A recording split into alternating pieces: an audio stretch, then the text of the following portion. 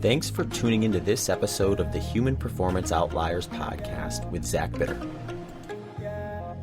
Welcome, everyone. If you enjoy the show, please consider subscribing on your favorite podcast listening platform and YouTube. You can also now check out the full video episode on X. Please also consider sharing your favorite episodes and leaving a review on your favorite platform. If you tag me or send me a screenshot, I will enter you in a monthly raffle for a free consultation with me. For full episode details, including notes, timestamps, transcripts, the show Patreon page, and other ways to support the show, please head over to my website at zachbitter.com. There you can find all my coaching services, including some new offerings for 2025. You can also sign up for my Substack newsletter, where I have been publishing my training journal weekly, as well as other topic-based posts. If you have any questions or feedback, please don't hesitate to reach out to me on my website or at hpopodcast@gmail.com. Big thanks to Element, Delta G Ketones, and Maui Nui Venison for supporting the podcast. A full description of how I use these products can be found at the end of the episode. Discounts, promotions, and details can also be found in the show notes and at the end of the episode. I wanted to have you on just to kind of talk about some of the stuff that you've been up to, especially the run across Texas, because I really get interested in the multi-day stuff now. I was going to run across the country back in, it was 2021, and I got injured right before like the last phase of training, but too close to really justify going after the goals I was going to. So I had to cancel that. And one of the things I kind of recognized through that process was that I probably had to do a different approach in preparation for it. So since then, I plan to do it at some point, but I also know, like, I don't think I can do what I'm currently doing and just kind of shoehorn that in there. I think it has to be something where, all right, you got the 100 miling stuff out of the system. Now focus on something like that and do some intermediate stuff in the in-between too. So I've talked to a bunch of people who've done Transcon, done like Pacific Crest, Appalachian Trail type stuff. So these really long kind of Transcon type sessions, but less with like those intermediate ones where, like, how long was it took you to go across Texas? Was 17 days? Yeah, 17 days, 8 hours, 54 minutes, I believe. Okay. But like we finished on the 18th day. So like okay, It was like 18 days. But once that the Strava, once they all did it, it ended up going back because I guess. Sure. Because which was funny to me because we did it in, because when you start on the 18th day, then they're like, oh, you only did 8 hours within the 18th day. Yeah. And I'm like, oh, so you okay. had 16 hours on the board. Yeah. So that was kind of cool because I was like, oh man, like faster than I thought. Yeah, by like hours. And so I was like, okay, that's cool. Mm-hmm. But yeah. So it was 17 days, 8 hours. 50 some minutes. Yeah, so I think there's like a lot to learn with those intermediate ones where you can avoid a bunch of mistakes that could cost you being able to get across the country. Mm-hmm. So I think I probably need to do some of that before kind of jumping from single day ultra all the way up to, okay, now I'm going to be running 40 plus days. Yeah. The run across America is like, obviously after I did the Texas event, like so many people were like, when are you going to do that? They're like, hey, like it was never like, hey, what's next? It was like, hey, this is next. Uh-huh. And to me, I just like I love my life and I love like how I do, I do business, I do coaching, I do, I talk to brands, I create content, I think I'm an elite runner, I have so many hats that I wear that like I don't think I would want to be out there for 50 to 60 days. Yeah, that's actually one of the reasons why I haven't put it back on the schedule yet, because like since then I've built out my coaching business and like the podcast frequency and everything else. It's like it's hard to really block off what ends up being a couple of months. Yes. Yeah. And then getting it structured in a way where you have the right support to do it properly. Yes. And the money. So finding the partners that are gonna like, because I don't know what it costs you to run across Texas, but it's probably 3 times as much to run across the country. Yeah, I mean, it ended up, I was actually very transparent about how much it costs, and I felt like we didn't go above and beyond on our means, right? Mm-hmm. And I think we ended up spending, I want to say it was $52,000. Okay. I think that could have I think that we could have made some budget cuts to probably bring it down 5, 6, 7, probably 7 or 8,000, which would bring us down to what, 45? Okay. But like still like 45,000, you know, no, actually, let's not even talk about that. $52,000 for 18 days. Yeah. Ends up being what a day? I don't know the math on that, but yeah, almost 3,000, I think, right? yeah. Yeah, So let's say 3,000 a day for 60 days. Yeah. Is $180,000. Okay. Yeah. Right. Yeah. Yeah. Right? Was that a lot of like film crew stuff? Or? So media expense was the biggest expense. Okay. But I do want to say this, and I won't say names here at all, but they're like the Run Across America filming. You know, I have heard pitches of 6 figures. Nowhere even near what we had for the Run Across Texas. I had a friend that filmed it, and he was very, very nice to me. I found out afterwards. Yeah. You know, especially when we had another filmer come out, like when we ended on the day, and what he charged us for one day, like the day rate was lower than what my filmer's day rate was the entire time. Yeah. So, or it was higher. It was higher than what my guy made being out there for 17 days. You know, so yeah, the number one expense was filming. Number 2 was crew chief and cook. So like I really don't want to say cook. I want to say RV driver. Sure. But our RV driver was also our cook. Yeah. So he would wake up in the morning. He would whip up breakfast for everybody. And I mean, which was just like oats and stuff like that. Yeah. And then would drive the RV to mile 15, whip up a brunch, and then drive to 30 and whip up lunch. Okay. And then drive to 50 and whip up dinner. Okay. So, you know, I mean, yeah. So, and he was RV maintenance. He was, lot. Yeah, we had one guy that was like cook, maintenance. Like he had probably the worst job of everybody. Then the next cost was flights for crew, right? Like when if someone was going to come out and crew me, like I was covering their costs to get there. Yeah. Gas, my mom, you know, I covered my mom's, like she was at Midland, which is like 5 hours from Austin, 5 hours from El Paso. Yeah. And so she was running out left and right to like, I mean, a lot to bring us this and bring us that. We needed this. Yeah. Food. I mean, yeah, there was so much to break down there. Yeah. Yeah, it does. It's one of those things where once you start unpacking, you're like, oh yeah, there's this. Oh yeah, there's that. And it does add up pretty quick. Yeah. And the interesting thing too, I think, is like you have, I mean, the biggest expense being the film crew and stuff, but to some degree, depending on how you structure that content, that probably pays for itself eventually. Yeah. To some degree, even if it's like, I talked to Luke, when I was going to run across the country, I was going to do it to raise funds for Fight for the Forgotten. And I met with some of their team and stuff, and they were saying like, yeah, if we can get a really good documentary out of this and then, you know, pitch it to Netflix or something like that, and, you know, it's going to cover that and then some, and then we'll hit like, I can't remember what our fundraising goal was. It was pretty aggressive. I think it was going to be like almost $1 million as kind of like this target to try to get to. And which is what we really sucked at. yeah, like some of it's just getting it out, the word out for it too. Yeah, Because at that time I had like Rogan potentially promoting it, which would have boosted the fundraising by a long shot. Yeah, for sure. And then, but we ended up like my goal was we raised 30% of what the goal. Okay, what was your goal? My goal was $100K. Okay, and we raised $30,000.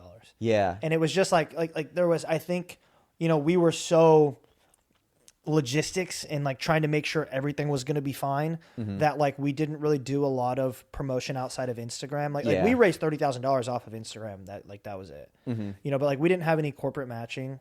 We didn't have any, like we had nothing that like, which honestly I kind of take a little pride in because like that was raised off of $5 donations from people like there was, we raised $30,000, but there was like thousands of donations. Like it was $5, $10. Yeah. You know, cool thing. Nick Bear was the largest donator randomly. Was he? Yeah, just completely randomly woke up at 4:00 one morning and I had a text. I'll throw some money at I had a text from him and he's like, you know, keep going. And I went in and I looked at it. It was like Nick Bear and family. Yeah. So that was really cool. And, you know, just, I mean, there's so many things I could have done different, but. Yeah, it's one of those things I think you almost got to do it again to really get everything right and optimize some of that Especially stuff. hearing that from my from Drew, right, who did the content. And he's like, we wouldn't do this, we wouldn't do this, we wouldn't do this. Because he also played like content. He was one of 2 people there that knew about running, you know, and he played best friend and crew. And, you know, so he was like, we would do this and this and this and this different. We wouldn't do that. We would do this instead. Like we already have a whole list. That's why we're kind of fired up about. Yeah. You almost need like whoever the recipient is, if they have the setup for it to take the responsibility of, okay, we're gonna really market the fundraising side of it. So like every day it could be something like contribute something per mile or something like that. So every day there's new messages going out and creating like new people coming in. Yeah. But yeah, then that's a whole nother person or a whole nother like thing you have to account for in order to kind of get that right. Cause I kind of had the same scenario when I did a treadmill 100-miler during the pandemic, and we're raising funds for that. And I was kind of surprised we didn't raise more given kind of just the amount of attention that, I mean, Bert Kreischer came on the live stream. So it was like we had some pretty good reach with it. But yeah, some of it's just, I think when you, like I had probably way too much sponsorship type messaging in that because that's what kind of made it happen. And it sort of drowns out a little bit of the like actual like fundraising side because they're getting hit with all sorts of other stuff. That's what we did. I mean, we had 22 brand partners. Yeah. So sometimes that, because then you're worried about kind of making sure you're doing all that stuff. But also at the same time, how it's so hard, right? Because it's like I had 22 brand partners that made it possible that I could do it. Like, and this is where I think people get mixed up in, because I put it on Instagram, right? Like, hey, we spent 52, we raised 30, and people were like, "What the fuck?" Yeah. You know, like people were pissed. Right. You know, I mean, people that like caught that weren't following me. You know, like people. You know, there's people that don't follow you and they just comment dumb shit. Well, they just see that number. They don't think anywhere past. But that. I'm like, here's what you don't understand. These 22 brands assisted me in fulfilling my idea that was a dream of mine to then raise money for the veterans, right? Like they assisted me in the funding to tell a story that was going to raise money for veterans, because people were like, why didn't you just take the 52,000 and donate it? Right. Because you needed it to and get I'm across like, the state. I'm like, yeah, because I need it to be able to tell the story. And where I become okay with that with myself is trying to, you know, and I think for you as well with your, you know, with that live stream, right? Whether you're putting sponsorship messages in there or not, how many people did you inspire by even doing it, let alone the money raised? Like, I mean, someone commented on my reel yesterday and was like, I was running down South Congress listening to your Run Across Texas playlist and it fired me up. Like, and that's what, 6 months ago? Yeah. You know, and she's still listening to like the playlist that I made during, you know, and that's affecting her today. And we were still able to raise money for veterans. So how many other people are out there getting fired up about stuff like that? We're 6 months down the road. Yeah. And I guess you're not necessarily tracking potential donations post hoc either, where it's like they get aware of the organization that you were supporting during it, and now they're aware of it, and maybe when brand awareness. Yeah. So there's probably a tail there that because it's like you said. I think I get people to reach out to me about the treadmill thing still, and it's been 4 years since I did that. Yeah. But that's cool. Yeah. So maybe we jump back a little bit and rewind, since Run Across Texas was relatively recent. You didn't just wake up one day and decide, oh, I'm going to run across Texas. There's a whole story about you that got you to that point in the first place. You grew up in Iowa, right? Yeah. Okay. My grandparents and some of my family on my mom's side live in Guttenberg, Iowa. Okay. I don't know if you've heard of Guttenberg. It's pretty small. I would say no. That's got to be another, because I'm from a very, very, like, you take a drone up and it's cornfield. Yeah. Like that's it. No stoplights, no nothing. Guttenberg is like, I think maybe 30 or 45 minutes outside of Dubuque. Okay. Right off the Mississippi River.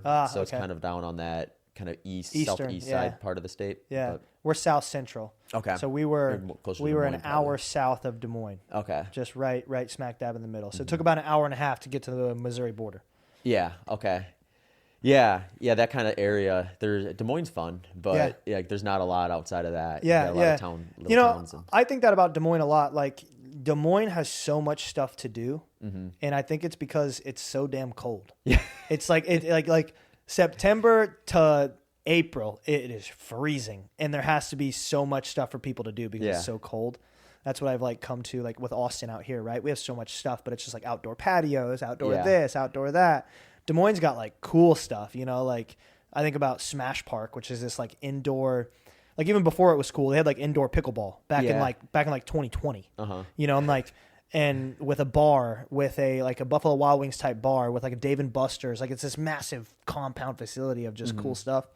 But yeah, grew up in small town Iowa, joined the Guard, and then lived in Des Moines. Okay. Yeah. Yeah. I wonder about like small towns and if there'll be like more interest in those in the future, because we have with online and stuff now, things are so global that we really miss an opportunity to kind of live locally to a large degree, but you get a lot more of that in the small towns where it's like, I mean, some of them you can go to. I'll never forget, I was driving through New Mexico right after the pandemic, and I went through this tiny little town just out of the middle of nowhere, and I'm just talking to this guy, and he's like, nobody here's been vaccinated or wore a mask or even really cared about the pandemic because it just hasn't ever gotten here. Yeah. It's like, okay, he's probably right. Like, Yeah, I might yeah. have been the first person going through town that had been exposed to any of the COVID virus since it had happened. So it was just like a different world almost. And that's obviously an extreme, but like you get like smaller towns, and I think you just get a little bit more of just like this attitude of like, oh, I'm just going to compete with the friends and people at my school versus I'm going to try to compete at a global level or a national level right out the gate. And I think from a just getting like your feet wet and being able to explore and be curious about what you're interested in the first place versus thinking like, oh, that's what I have to do when you're like planning to be an adult when you're like 8. Yeah. So- Yeah. You know, for me, it was like, so like, I think I was different though, because so I was born, this is a wild little story here, Sure. but like I was born in small town Iowa, 5th grade, moved to Fayetteville, Arkansas, Okay. U of A, Yeah. was there from 5th grade to 10th grade. 10th grade, moved back to small town Iowa, back to where I grew up.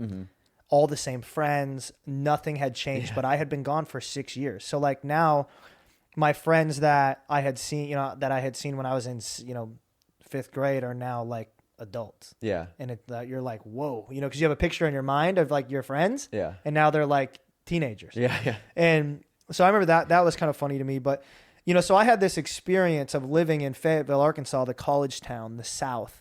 So then I going down there, like I had these aspirations. Like I was like, man, like I want to play football at the U of A. I'm 5 foot tall, but whatever. I want to play football. I want to go to the U of A. I want to go to college.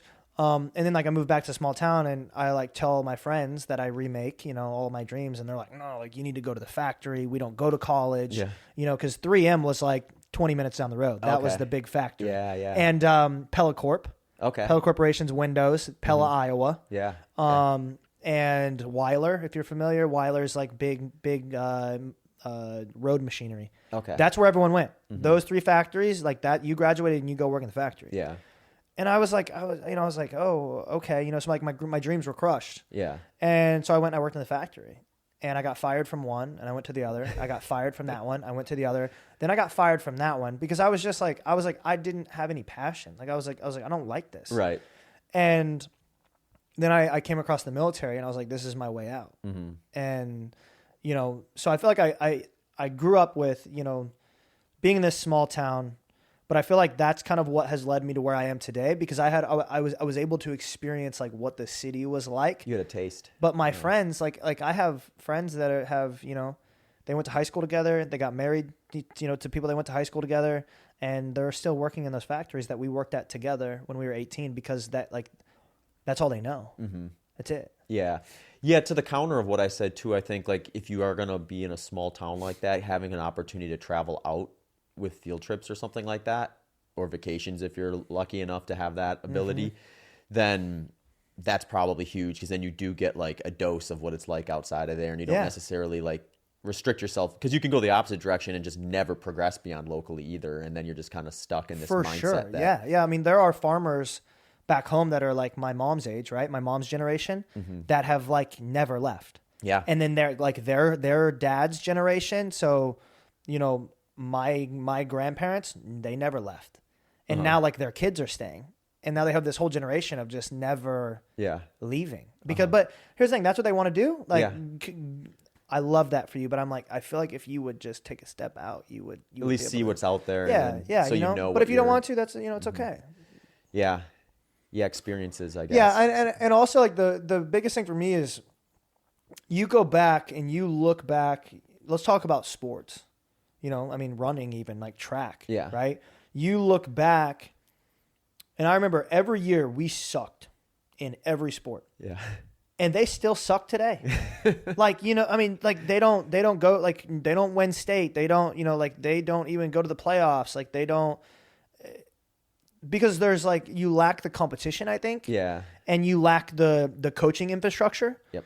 There's a lot of things lacking. And like for me, like when I played basketball, and by played basketball, I mean, I sat on the bench and, I played golf. Because I didn't want to go out for track. Yeah. I never went out for track. Right? Never went out for track. I played golf. I didn't play football. I played baseball. Okay.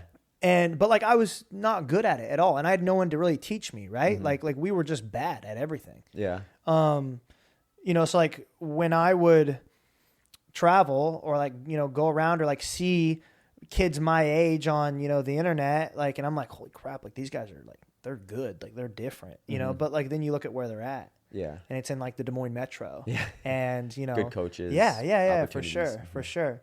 So that's why I love to see like, when I see anybody on Instagram or wherever, college athletes, like college runners, and seeing that they came from like a AA school or something like that fires me up, because I know personally how much it probably took for them to get there. Right. Yeah.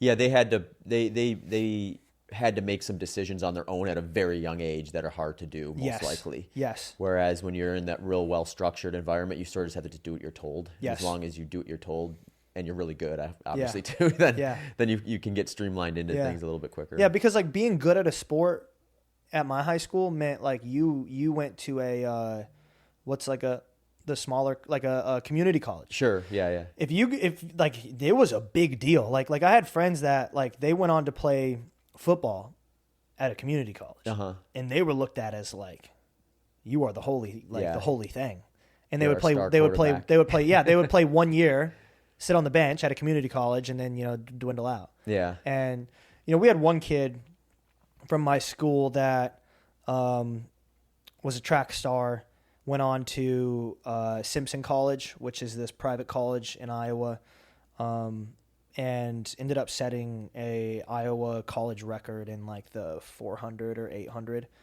And then, dwindled out. But like he was the holy grail of the town. Yeah. That's actually interesting you say that, because my best friend, he went to a really small high school, and they just didn't have the resources to have coaches that knew what they were doing. So it's just whatever adult was willing to just be the track coach. Yes.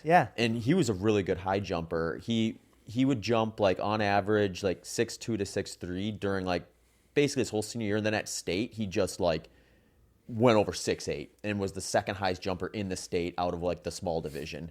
So he ended up being able to go to University of Nebraska's track and field team. When he went there, and we're talking to like real jumping coaches, they watched him jump, and they're like, we don't even understand how it's physically possible for you to get over 6'8" with that form.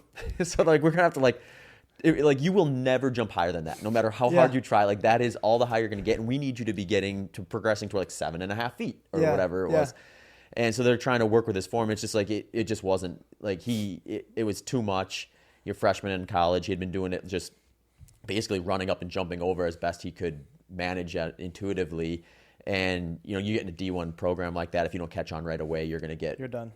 So he got phased out. But it was like, it's like what you said. Like had he gotten brought to like a big school with like a former like D1 high jumping coach or something like that, teach him the form right away, it's like who knows how high he's able to jump. Yeah, I mean the head football coach was the track coach. Yeah. Who was also the social studies teacher. Yeah. It's like, funny how that trend who was also the assistant basketball coach. He damn near Coach Conrad was his name. He coached everything. Yeah. And and now where I'm looking at that, now from my real life perspective, that is so wrong. Yeah. like you can't have a head football coach be the head track coach. And great guy, but if you would have looked at him, there was no way he should have been coaching track. Yeah. So, yeah. Okay, so you ended up in the Army then? Yeah, so I joined the National Guard because I was still National Guard is traditionally 1 weekend a month and 2 weeks in the summer. I was terrified to leave home. Yeah. So I still had to I knew I wanted to join the Guard because I wanted to get a skill because I didn't go to college. And so I joined the National Guard as a combat medic. And I fell in love with wearing the uniform and being in the military. So when I got home, Iowa actually has one of the largest National Guard bases in Johnston, a suburb of Des Moines. It'd be like Round Rock to Austin. Yeah. And when I got home, I got back to my unit and I was like, hey, I want to do this all the time. So what do I need to do? So I got a job on the military base. And to make it as easy as possible, there's technician jobs, there's ADOS jobs, there's AGR jobs. You have to work your way up the ladder. So I started working my way up the ladder. Long story short, I was in and out of Camp Dodge, over about 2 or 3 years, but then, ended up getting the AGR job, got stationed in Virginia for a year, came back to Iowa, was working as a recruiter. And, that leads me up to COVID hits. And that's when I really was... I was into fitness in 2019, but once COVID hit, then I'm like, well, shit, I got to do this stuff at my house. Yeah. And I was in the military, but I wasn't running yet. I remember once during COVID, I went out for a 5-mile run and I was like, hell no. I was like, absolutely not. Imagine telling that version of yourself you're going to run across the state of Texas. I know. I can't even imagine what that kid what that kid would have even thought, because at that time, I lived and breathed the United States military. I loved it. And I loved everything about it. And I was married and I owned a home and I was living the simple Midwest life. Wednesdays we went to the brewery and got tossed at the brewery right uptown. I was living a phenomenal life. Yeah. I loved my life. And there was seriously, there was a pivotal moment. I still remember exactly where I was standing. I was outside of the front yard at the end of 2020. It was the fall. I remember I was raking leaves, and that's when I started to listen to Can't Hurt Me by David Goggins. Oh, okay, yeah. And obviously, people have these stories I listen to this and stay hard. No, to me, I listened to that first chapter and it was I grew up dirt poor. It was me and my mom, and, my dad beat the shit out of my mom, and, so many things that I can relate to deep. I have deep traumas in my childhood of my mom and her ex-husband and things he did to my brother and I, things I've seen him do to her. And as I'm going through this chapter 1 and already knowing by reading the back of the book who this guy is, the first thought in my head was why have I just spent my entire life making up excuses for myself because I went through traumas, and that's why I'm stuck where I am now. Uh-huh. That was my, my question to myself. So over that entire winter, I listened. I didn't read. I listened to that book probably 5 times. Okay. I mean, just chapter 1 through 10. I'll tell you this, chapter 7 is on nothing but mindset. Mm-hmm. You can go fact check that, because I listened to chapter 7 whenever I needed something. I've listened to chapter 7 hundreds of times. I'm not even kidding. So what I would do is I would go to the gym and I would get on the treadmill and I would just start running. And then I'm like, this motherfucker did 100 miles on saltine crackers. Yeah. So then I signed up for a 6-hour endurance run. Mm-hmm. I can do that, Yeah. I made it 23 miles before I physically couldn't stand. Uh-huh. And then I ran a half marathon the next weekend and couldn't walk for a week. I just started doing these things, and I'm like, that's how I got started. It was late 2020. You know what the interesting thing about the Goggins effect is to me is prior to that, I heard a lot more people would just say they'd be really good runners. Yeah. And they would be oh, I can't do 100 miles. How do you do 100 miles? And now after Goggins, it's almost like people will come and they'll be like, I'm going to go around 100 miles. I'm like, there's a few steps you should probably take Yes. if you want to do this. Just a quick reminder that Element Electrolytes is my go-to electrolyte source. They are offering a free sample pack with purchase for all HPO listeners at drinklmnt.com/HPO. Check out my full description of how I use Element at the end of the episode. It was an interesting kind of transition where it opened the sport up because there was like this roadblock in people's minds as to like what an ultra was and what it actually. I think a lot of people overestimated how hard it was. And it's hard, but it's not hard on, I think, the way they were contemplating it, or they didn't realize, like, oh, there's actually a lot of walking and hiking during this, or you can actually spend time at an aid station and recover and then go back out, and there's a lot of problem solving versus just, like, in their mind, they're thinking of, like, the 5-mile run they did, like, years ago maybe, and how hard that was. And that's, like, what people, like, when I did the run across Texas, I don't want to stray too far off, but like people did the same thing. They're like, you ran that far? Yeah. Like, well, no, I walked like 90% of it. But so moving into 2020 then, right? Like I get stationed in Virginia. And we move out to Virginia. We get there. It's like we're rural. Like we're in Salem, which is by Roanoke, which is like 80 miles from North Carolina, 80 miles from West Virginia. Like we're down there. Mm-hmm. And it was just very rural, like not even a bar in the town, stoplight. Like it wasn't that rural, but it was rural. So I just started. I went to the store, to the running store. Crazy enough, I just ran into the owner of this running store at the running event. Really? Okay. And she was like, "I can't believe that you are who you are." Yeah. like it was just it was so wholesome. It was cool. Yeah. Because I walked into this running store to Trey Fisher, and I'm like. I can't remember what the hell I said, but I was like, I need a pair of running shoes because like I don't even know what shoes I was running in because there's a 5K coming up in the town, and I was like, I'm gonna run a 16-minute 5K, and he's like, you're gonna run a what? I was like a 16-minute 5K, and he's like, sure, buddy, like okay, I ran 16:16. Okay, and that was just on like that was all heart, baby. Yeah. And so then, like, he approached me after, and he's like, when did you start running? And I was like 6 months ago, and he's like, wow. So he kind of like took me under his wing and like, showed me the running spots, took me to the track. Literally to the point, 2021, he took me to the track. And he goes, we're gonna do 400s, and I was like, what does that mean? like that is how much I didn't know. That's how you get faster at the 5K. Yeah. So like we were doing like 68-second 400s times. He was a D1 runner times 20, with like 1 minute rest. Like it was just nuts. Like this stuff we were doing was crazy. And so what I would do is I would just like, I'd wake up before work and I would run anywhere from 10 to 20 miles every morning on the trails. Mm-hmm.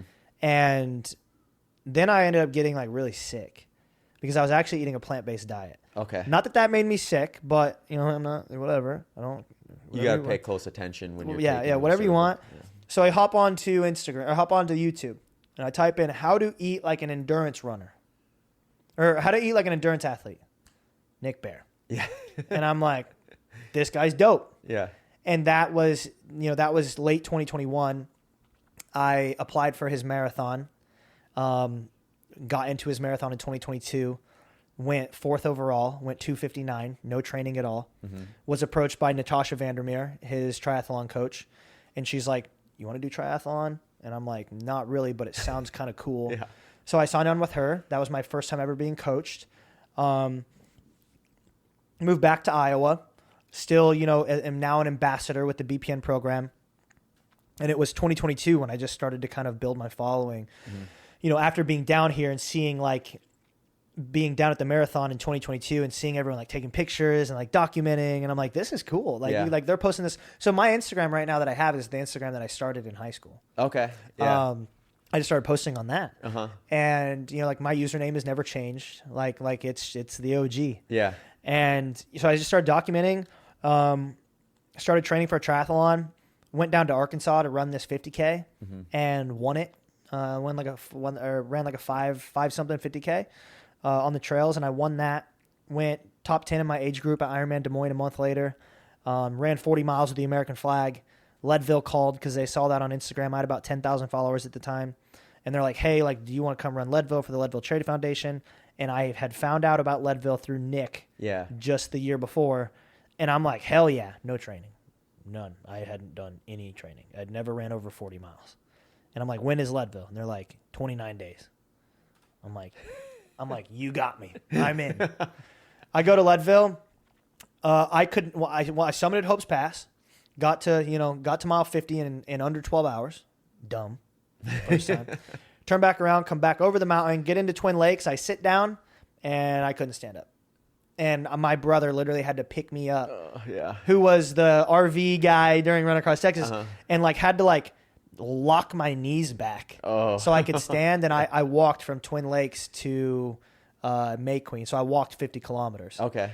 And then I got cut off by time. Oh yeah, so you were pretty far into it then. Yeah, I made it to 87 when they cut me off. Man. So I was trying. I was trying so hard. I couldn't run. And so got done with Leadville, and I knew it and knew immediately. I was like, I need to go back. And Leadville was something in the middle of the night during Leadville. It was raining. I was wearing my military Gore-Tex jacket. Camo. Like, I probably look like an idiot out there to everybody. Like, I'm wearing a camo military jacket. Shorts. Like, I don't even know what shoes I was wearing. Like, I shouldn't have been there. Trekking poles that, like, I bought at Walmart. Yeah. Some Ozark trails. Yeah. And there was something, like, I remember looking down, and I remember thinking in my mind, I was like, I'm not going to finish this race. Like, I was like, I'm not going to, like, I have to come back. And I remember I came out at May Queen, and usually you go down the road. My wife and my brother were in the truck right here waiting for me, and I just got in the truck. I never saw the finish line. And that did something to my brain in that very moment where, like, that flipped the switch. If there was a switch that was flipped, it wasn't Goggins. Like, that was kind of the interest. Getting in my truck and not seeing the finish line of the Leadville 100 flip this switch in my brain where I'm like, never again will I put myself in a situation to feel like this. And it was game on. Like, it was, then moving forward, that was August. Come February of 23, getting to my wife and I separated, and I decided to move to Austin. Okay. And that's where it kind of took off. And that's where it went bang. I won the BPN marathon. I went 252 at BPN, 254 at BPN, and won that. Did Ironman Texas 6 days later, and went like I PR'd my Ironman the same week that I won a marathon. Yeah, so you're hooked. And then I was like, okay, and I just started pounding out content, learning from friends. I'm in Austin, like I am broke, and like I am sleeping on the floor. I am grinding. I don't know. Did you see like my swipe post? I had this swipe post that went viral, and it had literally a picture of me, like my bed on the floor. It was me and my dog. Like, I'm sleeping on the floor. I put my back against the wall. I was like, I don't have a choice. And God is good. Here I am. Yeah. But that was the short story long of how I got there. So was that post just like a huge catalyst for your Instagram page, or I'm sure you probably had a bunch of other ones? Yeah, that was the biggest photo carousel that I had ever posted. Okay. Even that carousel went 150,000 more than my Run Across Texas finish. Oh, really? Yeah. That was incredible. And I didn't realize, I'm never here to compare stories to people. Like, I had a rough life, right? Like, I watched my mom get her teeth knocked out, and, watched her. I had to pick her up off the kitchen floor when she tried to OD on pills. I'm never here to compare my story to others, but I didn't realize in that moment how many people have just as bad or worse of a story than I do. Yeah. And people that were like, they reach out to you probably. Yeah. But they're like, no, they were like, thank you for sharing this. Because in that post I said, I was like, there was a pivotal moment in this, it's probably a whole different podcast, and we don't need to go deep on this. But what I said in this post is I was like, there was a pivotal moment when my wife and I separated where I was sitting upstairs with a shotgun on my lap and I was going to kill myself. And I would have never been able to see where I am today. Yeah. In what? In 2 years, actually. You know what? I got to Austin 2 years ago today. Okay. Yeah, that's insane. So yeah. I showed that to Amanda this morning, and so it would have been 3 days ago. I sat there, 3 days ago, 2 years ago. Mm-hmm. I sat there with a shotgun in my lap, and I was gonna kill myself, and I didn't do it. That fucking blows my mind right now, Zach. Yeah. Like It's that blows my mind. That 2 years ago I almost took my own life, and I'm sitting right here today. Right. Thinking like And there's no way you. Yeah, I was like, there's no way I can fix this. And how many people that said thank you? I needed to see that. I needed to see where you're at today. I needed to be able to see. I needed to know where you've been because I didn't know that. Right. And they're like, I feel like I am where you were. Like I needed this. You saved my life from somebody.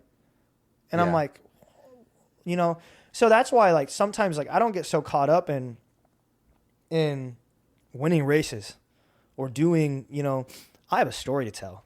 And, you know, like while I take pride in being this guy who I love to say that I'm an elite athlete. If anyone wants to tell me I'm not, that's perfectly fine. I love saying, you know, I'm this elite athlete, but I also want to like be this elite storyteller. Yeah. And I feel like you don't see that a lot in our world. You either see the elite athlete or you see the content creator that does races for fun. Sure. Mm-hmm. I want to be the guy that can go top 10 at Leadville and the guy that is a influencer. Yeah. You know, I don't want to be an influencer, guys. I promise. That's not who I am. But you know what I'm saying? Like, like I have a story to tell. I want to stand on, I want to stand on stages and tell people my story because I want to save their life and I want them to know that it's going to get better. Yeah. But I want to be an elite professional runner at the same time. Yeah. I mean, I think like with social media now, we've sort of just democratized storytelling a lot more where like that version of you 2 years ago with no social media, like where do you go? You know, like where do you go with that? Like maybe you take your life at some point. Yeah. If not there, then, you know, down the road. But like, well, what I don't like is that I feel like there's this disconnect between the pro runners and the influencers. Yeah. They hate us. Yeah. They do, you know, they like there are pro runners out there that fucking hate me because I have an Instagram following. Yeah. You know, and then there are Instagram influencers that hate the pro runners. Right. And I can't believe like that that we all can't get along. That blows my mind. Like I'll go to races and there will be people like that I know that are like talking shit, like pro runners about me while I'm there. Uh-huh. And I'm like, because I have an Instagram following, like, you know, like that's where I get so caught up is that, you know, they don't like the influencer and the influencer doesn't like them. And I'm like, we're all just running. Right. Mm-hmm. Yeah. I mean, I think my perspective with it has always been like when you get into that mindset of like, oh, that person has all this attention and they don't deserve it versus I ran this time, I should have all this attention because I did that. I mean, they're missing the point. They're missing the point where it's like there's only so many professional athletes, right? Only so many like top tier, I'm on the podium at big races type of people. So by default, that's a kind of an unrelatable type of person, right? Like they have an existence that is very rare.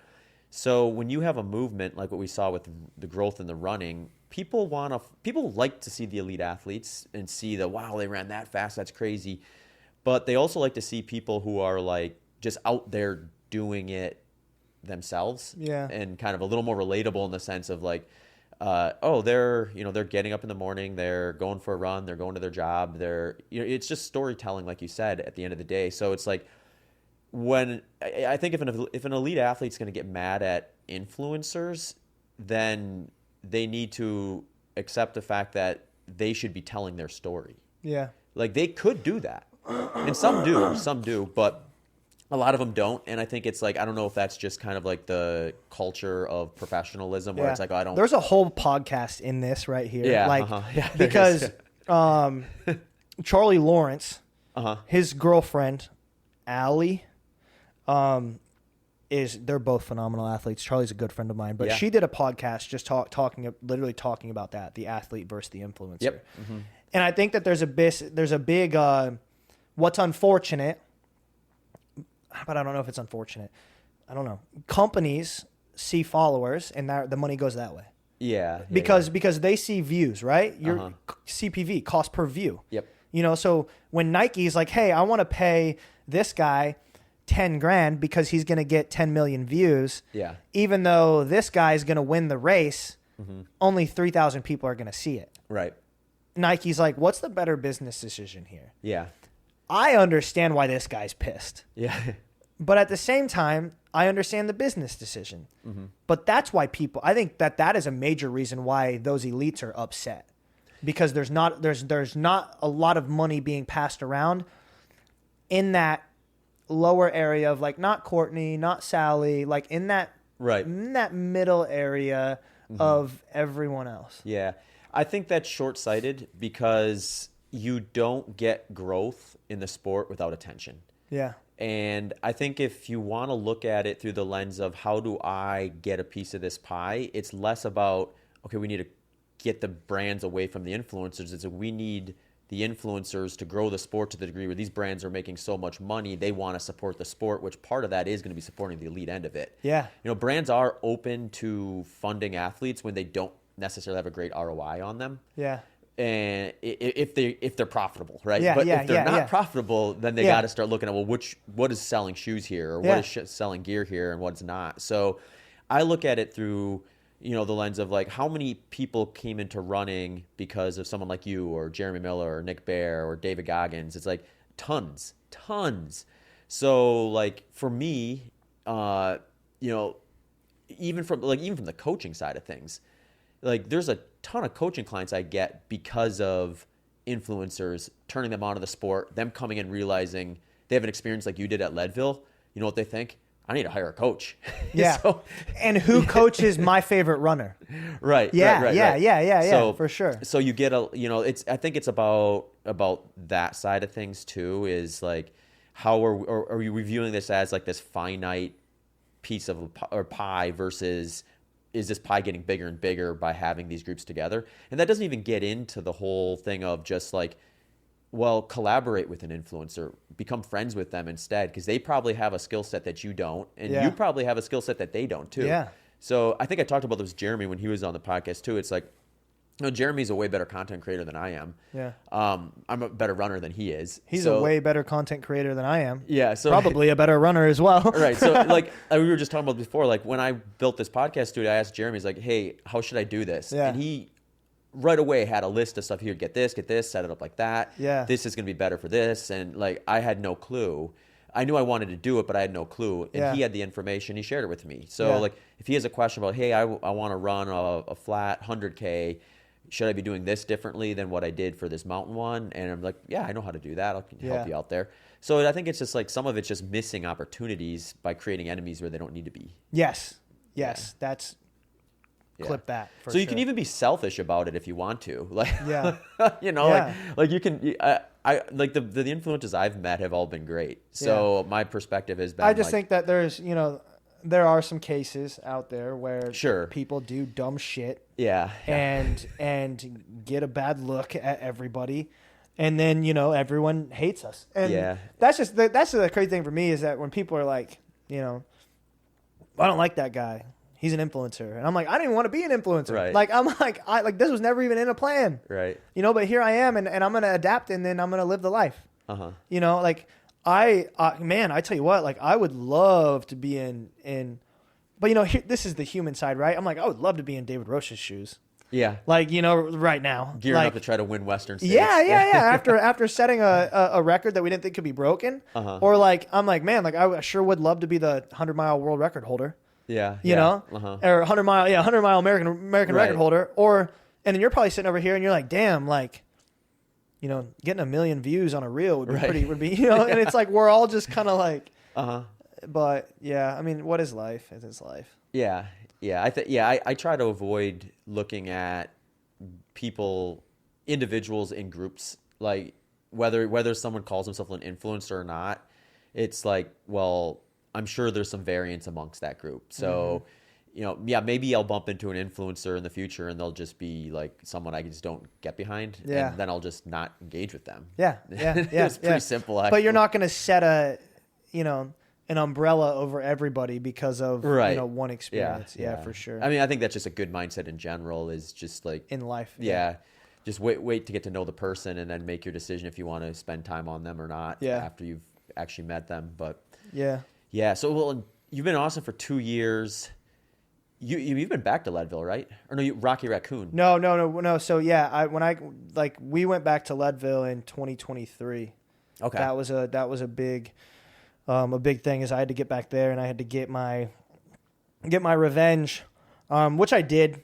The long story short there is life was great. I had blister issues. Yeah. I ran the first 75 in 17 hours, and the last 25 took me 11 hours. Oh, and from blisters? So, all from blisters on the bottoms of my feet. Because my shoes were too big, and I was rubbing like this. Yeah. So yeah, the last 25 took me 11 hours. Finished in 28. Life was good. Got done with Leadville, and broke my leg. I had a closed fracture of the fibula and 2 grade 4 stress fractures in the tibia. Because I went and raced the Bronx 10-miler. And then I tried to go do a 100-mile race right after that. So I'm actually fast. If anybody doesn't know. Yeah, what'd you run the Bronx 10-mile? 56. Okay. Yeah. So you're clipping along. Yeah. So I have some speed, but that fractured that leg. And then I tried to go run a 100-miler. With the fractures? With the fractures, yeah. As in, like, I couldn't even. This is dumb. Don't ever do this. I couldn't even shakeout run the night before. Like, I couldn't run the night before, and I was like, I'm going to send it. And because I knew I had a chance at winning this race. It was very small, and I just wanted a 100-mile win. Yeah. And I led the first 75 miles, and then I was, like, my shit was broken. And I got passed by the guy that was going to win it. And I was like, okay, I'm done. Yeah. I was like, I'm done. So I pulled out, and then, that was it for 2023. I was done. You had to let that heal. Yeah, so x-rays, MRIs, which is what led me to the Texas idea. Just a quick reminder that Delta G Ketones is my go-to exogenous ketone source. You can get 20% off at deltagketones.com with promo code BITTER20. Check out my full description of how I use Delta G Ketones in my training and recovery at the end of the episode. Okay. That is September 11th, 2024. September 11th, 2024, the idea came about. 2024? Yes. No. 2023, right? I ran it in 2024. Yeah. But you were talking about it in 2023 is when you started time. I started talking about it. That's what came up with the idea. When I fractured the leg, I had to sit and I had to think, and I was like, where am I going? And I got this idea, and I texted Drew. I was like, I have a sick idea. And he's like, oh boy, here we go. And I was like, I'm going to be the first person to ever run across Texas. And he's like, awesome idea. It's been done multiple times. And I'm like, shit. I'm like, I want to be the fastest person to do it. And he's like, okay. He's like, well, this is the fastest guy now. His name's Ken. He lives down in San Antonio. Okay.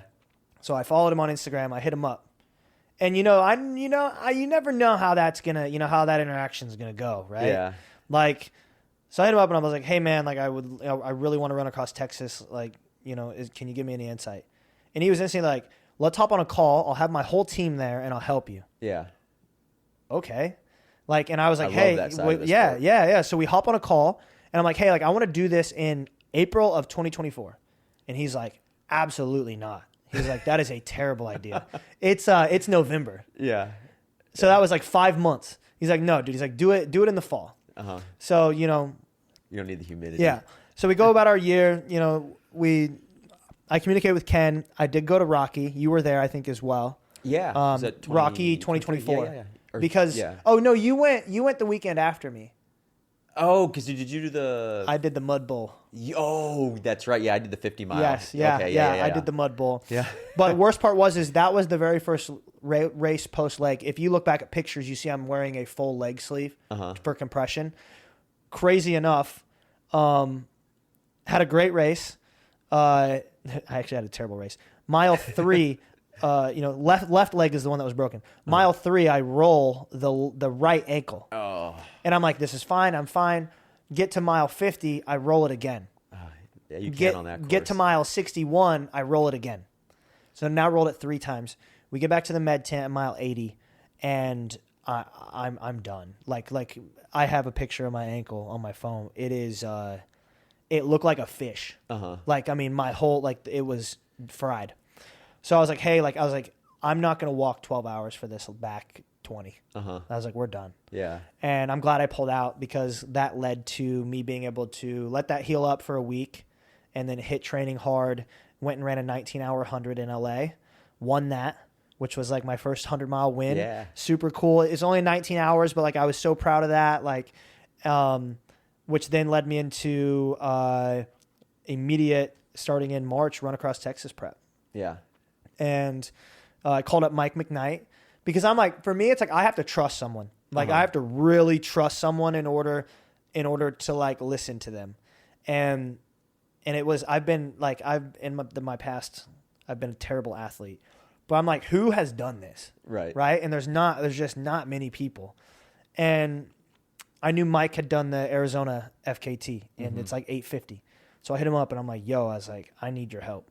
Like, I need somebody that, I'm like, because at that point I wasn't confident in like him being like, hey, this is what you're gonna do, and I'm like, okay, sounds good. I was like, I want someone that'll build me a calendar, and then we can kind of bounce ideas off each other, and because I felt confident in my own little area, so that's what he did. He built me a whole calendar, and we bounced ideas off each other, and it was dope. It was cool. He's a great guy. He helped me out a lot, and yeah. You got across the state all summer, dude. It was the most miserable, coolest thing I have ever done, because all my life was May, June, July, August, September was running. My Just life, building up for it. My life was centered around running miles, eating food, and sleeping. What a blessing that was, to be able to have that be my life, to where I create content as a job. I would literally run in the morning. I would come home. I would smash a bunch of food. I would take a nap.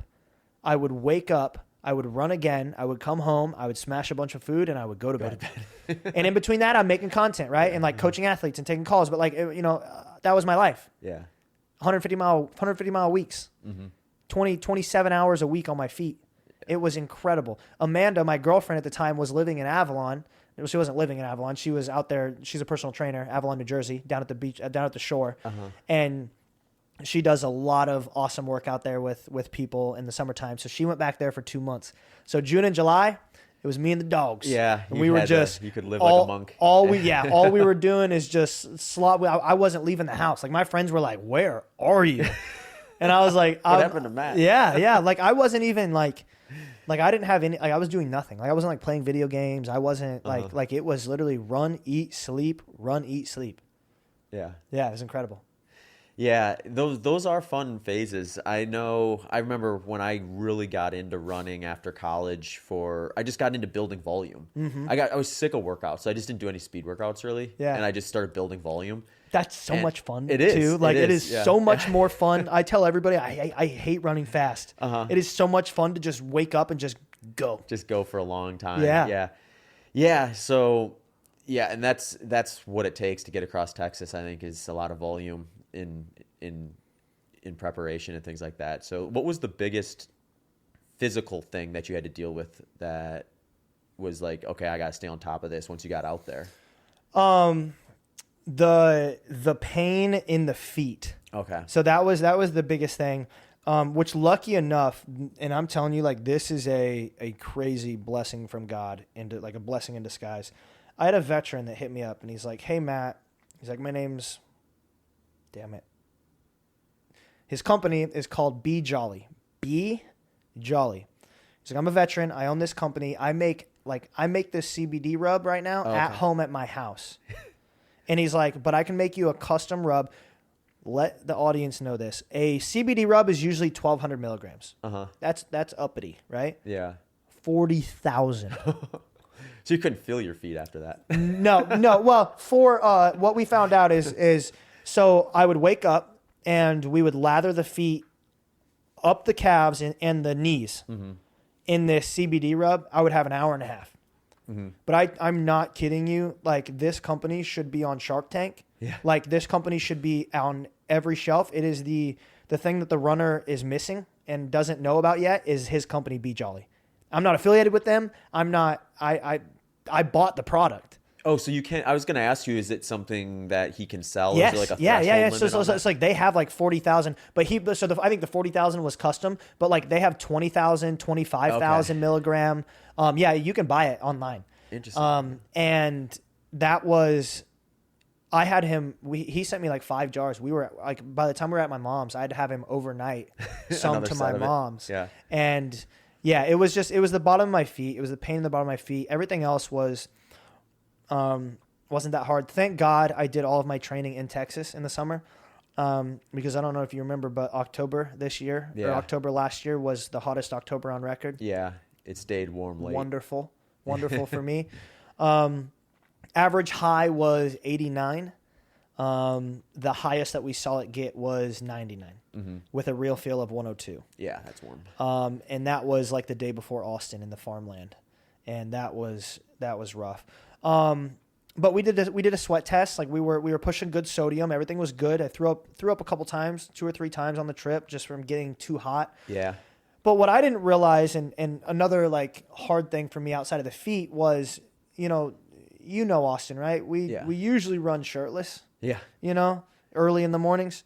You had to can't cover up. You can't run shirtless. And so Rob Sabente shows up. I say his name right.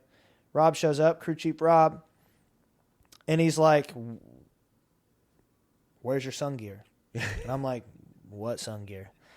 So by day 2, I had 3rd-degree burns on my ears. Really? By day 4, I had 2nd-degree burns on my lips. So the worst pain of the entire trip was my lips. Yeah. Because at night, what happened with those burns is at night, my lips would then stick together. Yeah. So the next morning, I would have to like slowly stick my tongue out and like open my lips. Yeah. Because they were bloody, pussy, nasty. Yeah. And so like we were trying like beef tallow, we were trying like, just anything to get the sun. So but like even if you look right now, like these wrinkles that I have right here. That's from the run across Texas. Yes. Yes. These were not, I need to get some like Botox or some shit. Those wrinkles didn't exist. They only existed when I like made faces. Yeah. And now they're there. These are this is 850 miles across Texas because I had bad burns. Like this was all burnt. And it turned into wrinkles. Amanda and I laugh. I might feel a little salty if someone else says it, but Amanda and I laughed because we look at pictures of me from like June, and I look like 4 years younger. Yeah. And like the run across Texas aged me in dog years. Yeah. Yeah. Yeah. I mean, I think that stuff probably does age you a little bit, but it's also, I mean, I always look at it as like, what do you want to be doing? And then like be doing that. And then whatever amount of time you get to do it. Yeah. I've never felt more alive in my entire life. And, like I had a lot of plans before the run across Texas of like what I wanted to do with my life moving forward. And even Drew was like, "Whoa, wait till we're done." Yeah. He's like, "You might not even like this." Yeah. Yeah. I'm not bullshitting. As soon as I was done, like I was like, I want to do it again. I want to do the same. Like I would do as bad as that was, as hot as that was, I would do that all over again. Just like that. Have you thought about like January and February? Or is it too cold maybe even? Too cold. I don't do good. I don't do good in the cold at all. Like when I'm out here running, when it's 39 degrees in the morning, I'm in tights, long sleeve, hoodie, gloves. I mean, and I'm from Iowa, but like I don't know what happened. I don't know what happened. I grew up in Wisconsin, so so that's why we came up with the idea of I guess I haven't really talked about it yet. The Texas 1000. Yeah, north to south. Yeah, north to south, Oklahoma to Mexico. That'll be fun. Yeah, that one's different though because I don't think we're gonna need an RV. Really? No, I think we're just gonna need a van because it's so populated. There's enough hotels. There's enough hotels. I don't think a lot of people know. Granted, the documentary is set to come out in probably a little less than a month. Drew, I hope that's true. But a lot of people don't know. We almost ran out of gas. Really? We spent 4 days. By the time when we left El Paso, we didn't see anything for 4 days. No, we almost ran out of water. So my brother had to drive 50 miles in the RV while we were running with the van. He had to drive 50 miles into New Mexico to get us water because we ran out of water. So we didn't actually we mapped it. Don't get me wrong, we mapped it, but we used a little more than we thought. I myself was going through. I'd love to hear Rob's podcast, but I think I was going through almost 3 to 4 gallons of water a day. I would imagine if it was that hot out for some of those days. Yeah, you'd easily be. Yeah, so we almost ran out of gas. We almost ran out of water. We had this really weird meet up with this ranch hand who we thought was gonna kill us that night. Rob slept with a pistol on his chest by the door because we literally I thought that this guy was gonna come and murder us. Yeah. It was the weirdest interaction ever. But yeah, I spent 5 days in the desert. Yeah. That was in the desert. Yeah. When you watch the movies and you see the road that just goes. Yep. That's where we were. It's what you were on. Yeah. Incredible. Yeah. How many calories are you eating per day? Do you know? So day one, so we tracked the first 3 days, and then Rob was like, "I got it." Just rinse and repeat. Yeah. Rob was like, "I got it." We did anywhere from 8 to 9,500 per day. Okay. So did you lose weight? I gained. You gained weight. Okay. Rob, crew chief Rob, made me gain weight. When I got home, next time we'll do a body spec test before and after. Yeah. But when I got home, I had gained 1.5 pounds. Okay. Over 17 days of running. Yeah. Yeah, I'm really interested in that because when the people I've talked to on the TransCon, it's almost person to person. If they were able to get across the country and lose minimal weight, just a few pounds versus 10 or 20. Paul Johnson? Yeah, the recovery is way different. Paul Johnson gained weight. Did he? Who was his crew chief? Rob. Okay, so he's the guy to keep the weight on. Rob is the guy. Rob was incredible, and he became a very good friend of mine. Rob just, it was, he apparently, and, like I said, I should have my whole crew do podcasts on this because I would love to hear it. But they're all welcome, by the way. Yeah. But apparently Amanda said that he would be in the van and he would have a timer on his phone, every 7 minutes. And when that timer would go off, that would mean Amanda would have to get out because Rob would drive. Yeah. And then we would have Amanda and Caleb as crew. And then Drew would be filmer. So the first 7 minutes, Amanda, Caleb, and they would run food. So yeah, it was amazing. Did you find there were certain types of food where you're just that's what's going down well, I'm just going to keep hammering that? Yeah, it was donuts. Donuts. It was donuts. Yeah, I think I saw some glazed donut reels. Yeah, for sure. And that, they even Trail Runners, is it Trail Runners magazine? The .com. Yeah. Wrote an article. And it was Matt Johnson runs across Texas fueled by donuts and pickle juice. And it was my unconventional way of fueling, it was because I've always, you and I talked about, right, with how we are training for Leadville. I said that, we need to do fueling training. Yeah. And, because I've never done that. So as I'm, we are the Millers driving out to El Paso. I get a text from Mike and he's like, "You got this. We've practiced, your fueling." And I'm like, "La-di-da, yep, we have." And then I'm like, "No, I haven't."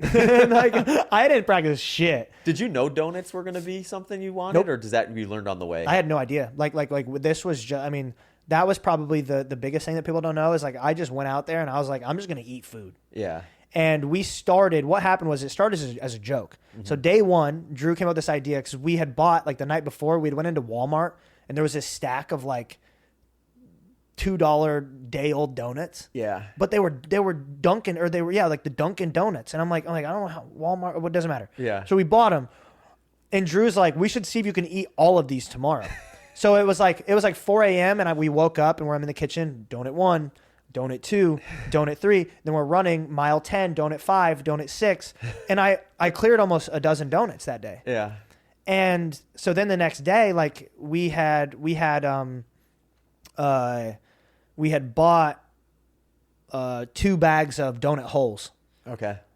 Those would be perfect. You So just pop them in. bang, Yeah. bang. So what it was is and it was easy to go down because it would be donut hole, water, and you would just hurry up and just like bread, you would mush it and it'd go right down. And the donut hole itself, we ended up thinking it was like 90 calories for one. So they just bring me 2. Yeah. And just bang, bang, 180 calories every 7 minutes. Yeah. That's how you gain that's weight. like the what is that the Wolf of Wall Street where it's like a martini every 7 minutes? Yeah, Have you seen that? Yeah. It's a 2 donut holes every 7 minutes on the minute. Every 7 minutes. Yeah, it was incredible. So then what we did is whenever we came by a gas station, they would buy out all the donuts. Just buy them all. Yeah. So Those gas it was. station attendants must be like, what is I going know. on? It was donuts, peanut butter, Oreos. That was the majority of what was consumed as fuel, right? As runners are taking gels, right? Yeah. That was like my gels were donuts, peanut butter, and Oreos. Yeah. And fruit snacks.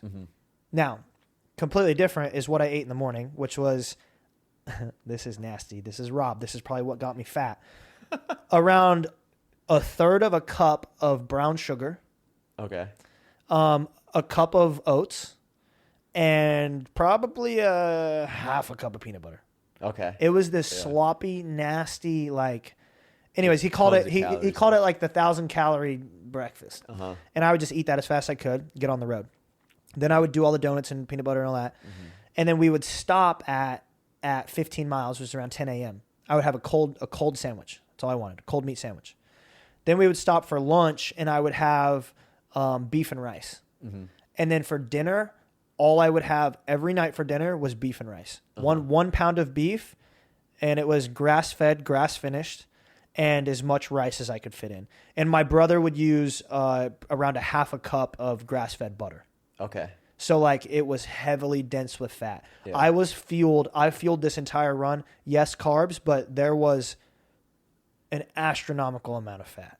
This was a fat-fueled run. Yeah. Well, and the intensity would suggest that would be a great option. Oh yeah, to have. my heart rate out there was. I'm running at a 12-minute pace. My heart rate is probably like 119, 118, which we found out now is like. Yeah, it's not even moving the needle. Yeah, on, it's like, not even doing anything for me. So, yeah. Yeah. Okay, that's cool. Yeah, I find that fascinating. Just I think to some degree, it's like your ability to tolerate that much food is Yeah. probably half of what kept you consistent. Yeah, which is actually really cool because I think we talked about this earlier about the guy that was doing the high jumping and it's like, hey, like it shouldn't be possible that you're doing this. Yeah. So then in the genetic testing that we did, they're like, yeah, like you can't utilize fat as fuel. That's what my genetics say. That's your genetics. Yeah. You did across Texas. Yeah, though. yeah. So I told them that, and they're like, this is signs that like you're beating your genetics. Which is just it's super cool to like see things like that. But yeah, I mean, it was granted, like we did it like we had so many options, right? Like we took the the electrolytes with us. Like we had Jeremy's Switchback, but like that just it kept giving me heartburn when I would take not Jeremy's. I'm not saying Jeremy's. Just any in type general. of powder would give me heartburn. So we switched to pickle juice, Sucker Punch pickle juice, Okay, yeah. and the 250 milligram salt pills. Oh, okay. So Yeah. I would take that. I would take the pickle juice and I would shoot a salt pill. Okay. Once every like hour and a half, and I never cramped once. Nice. Yeah, we did good. Yeah, no, it sounds like you. It's one of those things where I think like you kind of got to go in being prepared to lean into whatever you find is working. Yes. So, which is a little unnerving going into it because you're like, I don't know if I have a really good plan here. And it's like I think you want to have options or be aware of the options, but then once something starts sticking, like the protocol that's working for you, just and I think it was like truly like I think it was the Primal Beef. Primal Beef was the company co-owned by Jocko Willink. Oh, really? Okay. Yeah. And because Jocko Fuel was the main sponsor. Okay. So Primal Beef sent us this grass-fed, fruit finished. Anyways, so it was that. Like I was having like a pound and a half of that every day.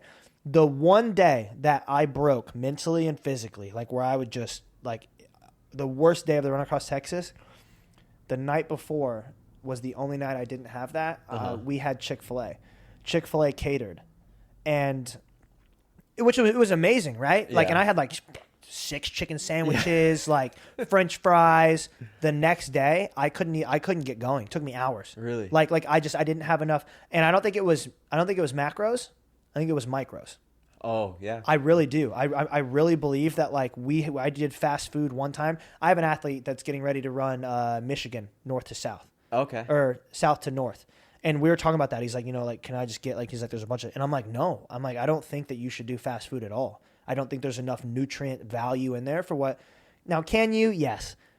But I'm like, you? Yeah, should you? No, I don't, I mean, because I was like, I was thriving off of butter and beef. I wonder if it was. And I'm not a big like eat grass fed. I want everyone to know that. Like, I'm not trying to push y'all. And I don't like. I was plant based. But that's what was working for you. I wonder if it was just the change in routine, where like your body and your mind got used to that kind of repetition, and then all it took was changing it. Yeah. That one time to like throw things off a little bit. Yeah, that was. I don't know if you remember or not, but there was a picture of me, and I was sitting.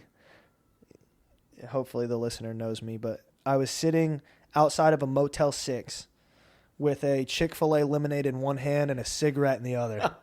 Did you ever see that picture? I think so, yeah. I had on like the cutoff that said movement is medicine. Yeah. My hat was backwards. I'm fucking burnt to a crisp. And I have a Chick-fil-A gallon. Burning heaters. I have a gallon of Chick-fil-A in one hand and a cigarette in the other, and I'm waiting on my Chick-fil-A, and I like no one knows, but like I couldn't even stand up on my own. But like someone's got to help him up. I'm like, what can help me? I'm gonna drink this lemonade, and I'm just gonna rip a cigarette. And yeah, like it was just that. Like that was the type of fun stuff like that. I love being who I am, and just not taking everything so seriously. Yeah. And being able to smoke a cigarette. I didn't have a beer out there. There was one day we rolled up to a like podunk wooden gas station in the middle of the desert, and there was a Budweiser. And you're thinking about I was just looking at it, and I was like, I know if I have this, that like it's coming out. Like I'm throwing it for sure. Yeah. But like just having fun. Like, and I don't remember the last cigarette I had. It might have been the run across Texas, to be honest. Like I've posted me smoking a cigarette on Instagram before, and people are like, how many packs a day do you smoke? Like, and I'm like, no. I was like, I don't. I'm like, if you see me smoking a cigarette on Instagram, that's probably when I'm smoking the cigarette. Like, it doesn't just happen. Like, it's. I think it's funny. Helps with the engagement. Yeah. But yeah, I'm just trying to, just be cool, have fun. Yeah. Well, I think that's part of it when you're doing something like that, because if you take it too seriously, you get in your own head, and then you start over fixating and just like running anxiety essentially. Yeah. There's a guy running the route right now. Oh, really? Yeah. Is he going after your record, or is he just doing From what I could tell, he never said it publicly, but from what I could tell where I looked at his manifest or whatever you want to call it. Not a manifest. His like journal journal. It ended on day 18. Oh, okay. So we ended on day 18. Last I looked, he was going to have to. He was like 12 days in. He started on the 14th, so he's almost 14 days in. Okay. He was going to have to average 50 a day all the way out. He was behind. Okay. But he's not like documenting it on Instagram. He's not. Just going for it. Yeah. He's just doing it. I can't tell if he's a kid or, it's chasing dreams. He's doing it, I guess. Chasing Day dreams. 13, 566 miles is where he's at. Day 13, you said? Yeah, that's what he has. Like, run across Texas, day 13, 566.2. Okay. Interesting. I had no clue someone was doing it at the moment, but you probably spurred on interest in it. Divided by 13. So he's averaging 43 a day. Right okay, now. So he's a little under he's a little behind your spot. So. Yeah, I mean, it's incredible. There's a female doing it in July. Or no, I'm sorry, February. She wants to become the first female to do it. Just a quick reminder, Maui Nui venison is one of my favorite protein sources. The reason, they have balanced an invasive species, the axis deer, that is devastating to the Maui habitat if not kept in check, all while providing some of the most nutrient-dense meat source you will find. Check out my full description of how I use Maui Nui venison at the end of the episode. I'm gonna be honest. I don't want to say I did this, right? But like, I'm seeing a lot of people are messaging me, and they're running across their state for a charity. Yeah, it's incredible. The Buff Runner, shout out to him. He completely ripped Drew's because we had an intro where it was like, I'm Matt Johnson, and this is the Run Across Texas. Yeah. 850 miles from El Paso to Galveston, raising money for veterans. Uh-huh. And someone sends me this random reel, and it was the Buff Runner, and it was Exact same thing. it was like, I'm so-and-so, and it was the same thing. And he had like the flyover like Drew did and everything. But good, yeah, man, he's getting ready to rip it across Utah. There's another kid that wants to become the youngest kid to run across Utah. I think he's 21. Okay. The two people with Texas that did it. Yeah. There's another guy that's running across Colorado that has messaged me.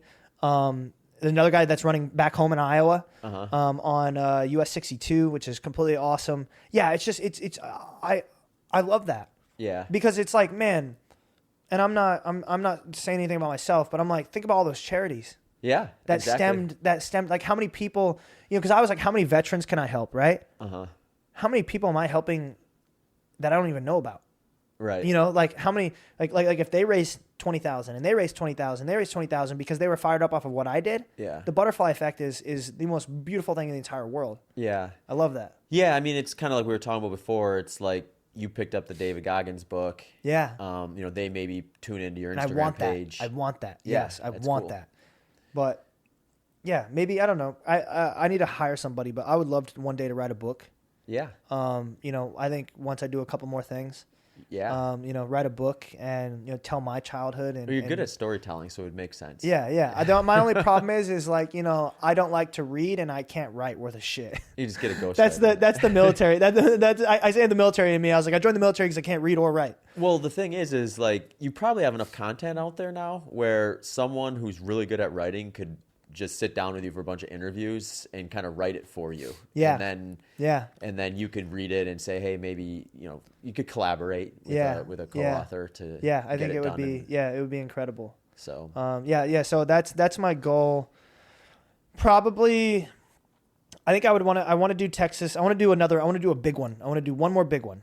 And Texas north to south. When does this come out? Actually, I'll tell you off. I'll tell you off the podcast. Okay. I have something. Announce. Yeah, I have something really, really cool that I think you'll dig a little bit. But, yeah. Sweet. But Leadville's next. Leadville's coming up. That's us. You got all summer. That's us. We're working together on that one. We're gonna get you there faster than your last time for sure. Oh yeah. What's the Leadville goal? We need a 10-hour PR.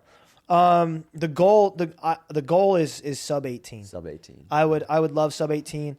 I think that I am capable of sub 18. I think that we can do it. But I'm gonna be honest. Like I'm just happy to be here, and I love Leadville. But I set this goal of sub 18. I don't know if it's I don't know if I get caught up in like I feel like I have to prove myself, but like I haven't been in the arena. Like people know me.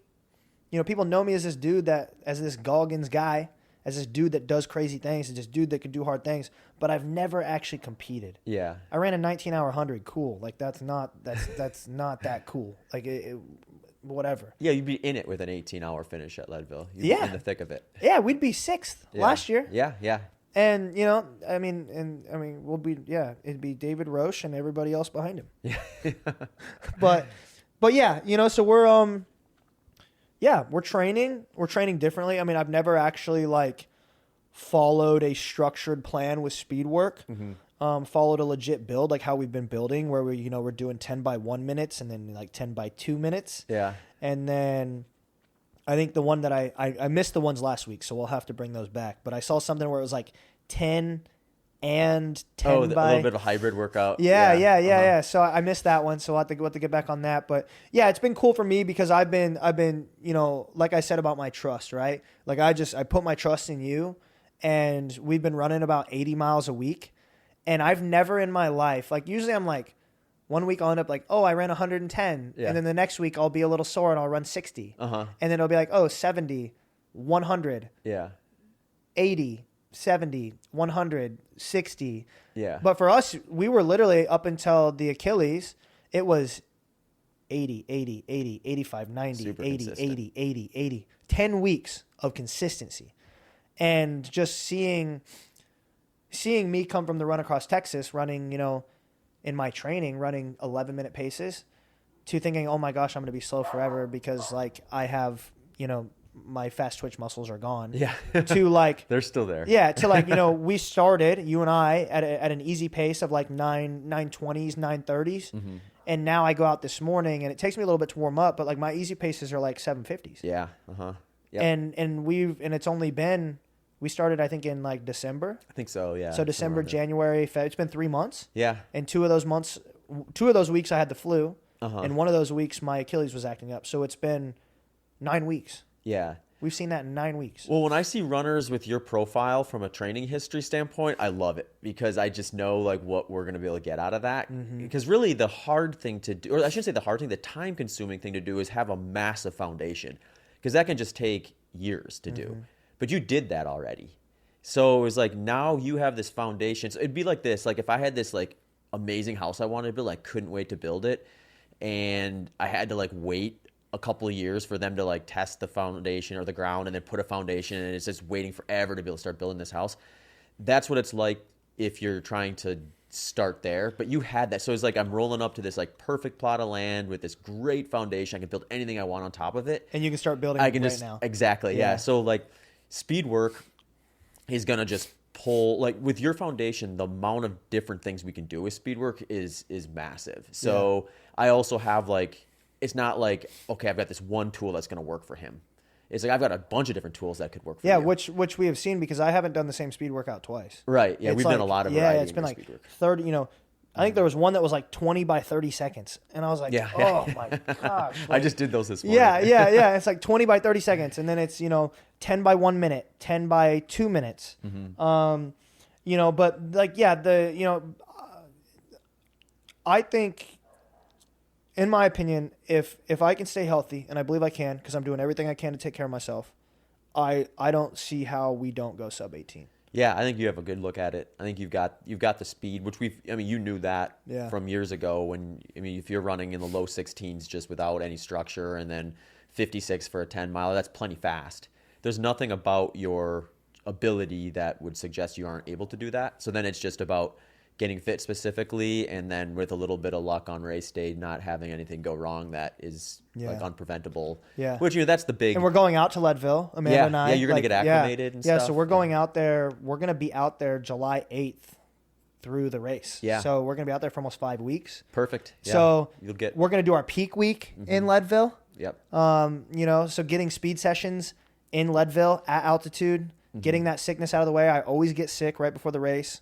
So getting that sickness out of the way, doing speed work at altitude, we're going to have 3 quality weeks of training. We'll be pushing volume at that point. Too. So you'll be in heaven. Yeah. And then the cool thing is that, the house that we're staying at is a friend of Eric Hinman, and he's going to have a plunge and a sauna. He's renovating a Leadville house right now. Oh, really? Okay. So we're gonna have a plunge, we're gonna have a sauna. Like I'm gonna be in my own little heaven. Yeah, that'll be great. In Colorado. You're not gonna. And we're gonna take the dogs. We're gonna take the dogs. Like we're going. We're leaving. Yeah. And so we're excited about that because Amanda and I are both outdoorsy. Allowing her now to see Leadville. Like Leadville was like I told you, at Leadville is where the switch flipped. Uh-huh. And she's never been there yet, and taking her out there to where like that was where it all began. Yeah. And having her out there, having the dogs out there, staying out there. Drew is not doing content. Drew is pacing me. Sweet. And having my best friend, in my adult life being my pacer, and him knowing everything he does about, ultras from Sally and from working all of that type of stuff, and Heather Jackson, and him knowing me inside and out, like he's gonna be able to assist me there. We're still trying to decide, and maybe you and I can chat about this. We're still trying to decide if Drew takes me the whole way. Yeah, because it's 38 miles. I think you can pace. Yeah. Mm-hmm. But Drew is fighting me. He's a little asshole, but he's fighting me on. He's like, well, if I start with you in Twin Lakes, I'm taking you to the finish line. He doesn't want to miss that last. He doesn't want because I wanted to, I'm like Amanda's got to take me in. And he's like, if I'm starting with you, I'm finishing the thing. And I'm like, okay, dude, like, but yeah, also Matt Choi's a good friend of mine. Maybe have him, but I think he was out there last year, I think. Yeah, right? Yeah, but I think I want Drew because Drew's just capable. He's a mountaineer, like he's made for the mountains. It also puts a fire under his ass to get in shape. Yeah.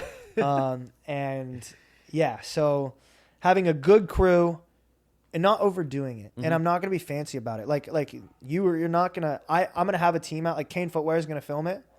I'm not going to film, like, you're not going to see any content from me. Like, You're just going to go dark. Yes. You're not going to see stories. You're not going to see, I'm not going to have any reel making from this. If you see reels, it's going to come from someone else that Amanda's collabing on my account. Like, the phone isn't there. It's go time. And that's what I've already told everybody, you know, within my circle is I'm like, I want people to see me at Leadville without a cell phone. Yeah. There's a different side to Matt. Yes. Yes, for sure. For sure. Awesome. Well, I think it's going to be fun, the build up, the experience getting out there early and the race itself. Yeah. I think you'll have a great time. So, yeah. But Matt, thanks for coming on and sharing your story and chatting about running and a bunch of different stuff, I guess. Yeah. Thanks for having me. We'll have to chop it up after Leadville. Yeah, absolutely. Yeah. You'll come back on. Do a full recap, good or bad. Yeah. We have to do it. There'll be stories no matter what. Yes, and you'll be the guy to tell them. Yeah, so. They'll make good stories. So cool. Thank you so much. Yeah, take care. Yep. Thanks for sticking around to listen to how I use the show sponsors. Maui Nui Venison is a product I discovered last year. What caught my eye was their quality and business model. They have paired the need to manage an invasive species with providing some of the most nutrient-dense meat you will find. The access deer arrived in Maui in single digits, but grew fast and have damaged the local ecosystem, and if left unchecked, are projected to reach up to 200,000 in number in the future years. Maui Nui decided to solve this problem and minimize waste. Access deer meat provides 43% of your daily value of protein in just 107 calories and boasts a 1.5 to 1 omega-6 to omega-3 ratio, which is the most balanced ratio of any red meat. This same 107 calories provides 22% of your daily value of vitamins and 37% of your daily value of minerals. They have a wide range of products, including ground venison, leg medallions, rib chops, strip loin, loin fillet, and loin chops. They also make a beef stick that includes an option with organ meats, which makes a perfect protein-packed snack that I will usually have in the afternoon before a strength session. I have also been enjoying the ground venison for dinner, usually paired with steamed vegetables or sweet potatoes. You can find a bunch of recipes and ways to prepare their products on their website at mauinuivenison.com. That's mauinuivenison.com. Element Electrolytes is my go-to electrolyte supplement. Based on my electrolyte loss rates of 614 milligrams per liter, I begin my day with half a packet of one of their hot beverage flavors with my morning coffee. I rotate through all of them, but my favorite at the moment is the chocolate mint. Later in the day, I have been having either a packet of their watermelon flavor or a can of their newer product, Element Sparkling, which is their carbonated electrolyte drink. I usually have the black cherry lime or watermelon flavor for those. If you're curious about how to dial in your own fluid and electrolyte setup, check out episode 300 of this podcast, where I dive into some of the things you can do at home to gauge how much fluid and electrolytes you may be needing in your lifestyle.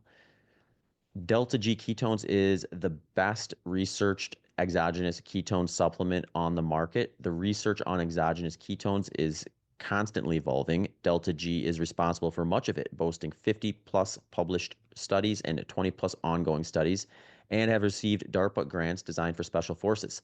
Delta G uses ketone esters, which is unmatched in raising blood ketone levels when matched per gram. The best use case, as the evidence currently stands, is as a post-workout supplement for better recovery and or during longer, lower intensity sessions to help with mental focus. For this reason, I will have a bottle of Delta G Performance, that's their blue bottle, after my biggest workouts for the week and during long run training sessions once I have been out running for 45 to 60 minutes. Some promos for listeners from these brands include a free sample pack of the key flavors of Element by heading to drinklmnt.com/HPO, 20% off your next order of Delta G Ketones at deltagketones.com with promo code BITTER20. And if you want to check out Maui Nui Venison, head over to mauinuivenison.com. You can find links and details to all those in the show notes and on the episode landing page. Thanks for tuning into this episode of the Human Performance Outliers podcast with Zach Bitter.